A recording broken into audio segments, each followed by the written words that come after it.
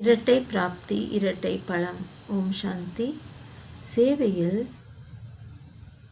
இப்பொழுது கொஞ்ச நாட்கள் என்ன நீங்கள் பார்த்தீர்கள்? சேவையின் மூலம், உங்களது செயல்களின் மூலம் நீங்கள் யக்ஞத்தின் முக்கியத்துவத்தை அறிந்து கொண்டதால் யக்ஞ சேவை செய்கின்றீர்கள். எவ்வளவு நீங்கள் புண்ணியத்தின் கணக்கை யக்ஞத்திற்கு சேவையின் செய்யும் பொழுது சேர்க்கின்றீர்கள். நீங்கள் வீட்டில் கூட சேவை செய்கின்றீர்கள். ஆனால் யக்ஞத்திற்கு சேவை செய்வதன் முக்கியத்துவம் மிகவும் தனித்துவமானதாக இருக்கின்றது.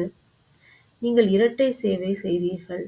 நீங்கள் உங்களது செயல்கள் மூலமாக முதலில், இரண்டாவதாக உங்களது சேவையின் மூலமாக நீங்கள் வாயுமண்டலத்தை சக்திசாலியாக ஆக்கினீர்கள்.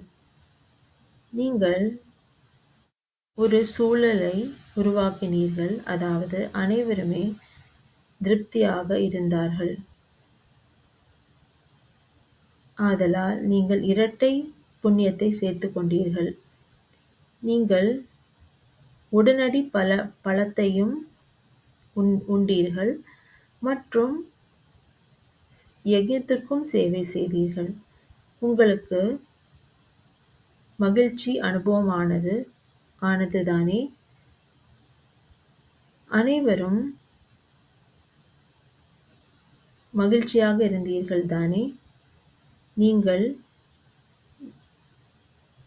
யதார்த்தமான பழம், அதாவது மகிழ்ச்சியின் பழத்தை நீங்கள் உண்டீர்கள் மற்றும் எதிர்காலத்திற்காகவும் சேர்த்து கொண்டீர்கள்.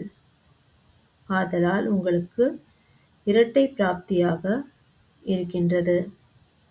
அனைவரும் மகிழ்ச்சியாக ஆகிவிட்டார்கள். எப்படி?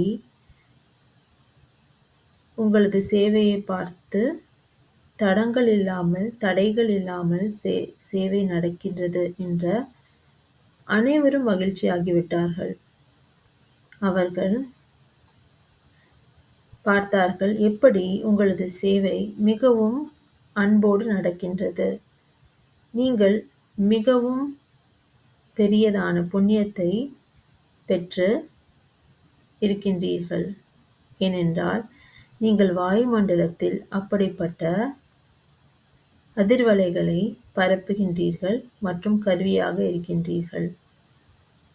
ஆதலால் யாரொருவர் இந்த வாய்ப்பை எடுத்துக்கொண்டு இருக்கின்றார்களோ அவர்கள் நினைக்க வேண்டும், அதாவது இந்த வாய்ப்பு நமது புண்ணியத்தின் கணக்கில் சேருகின்றது என்று. ஆகையால் நீங்கள் சேர்க்கின்றீர்களா? கையை அசையுங்கள் என்று தந்தை கூறுகின்றார். நீங்கள் இந்த நேரத்திற்காகவும் மற்றும் எதிர்காலத்திற்காகவும் சேர்க்கின்றீர்கள். இந்த வழி இரட்டை பலம் பெறுவதற்கான வழியாக இருக்கின்றது. இது நல்லதாக இருக்கின்றது. பெங்கால் ஜோனில் விரிவாக்கத்தை பார்த்து பாப்தாதா மகிழ்ச்சி அடைகின்றார். அச்சா, ஆதலால் நீங்கள் உங்களது சேகரிக்கப்பட்ட புண்ணியம்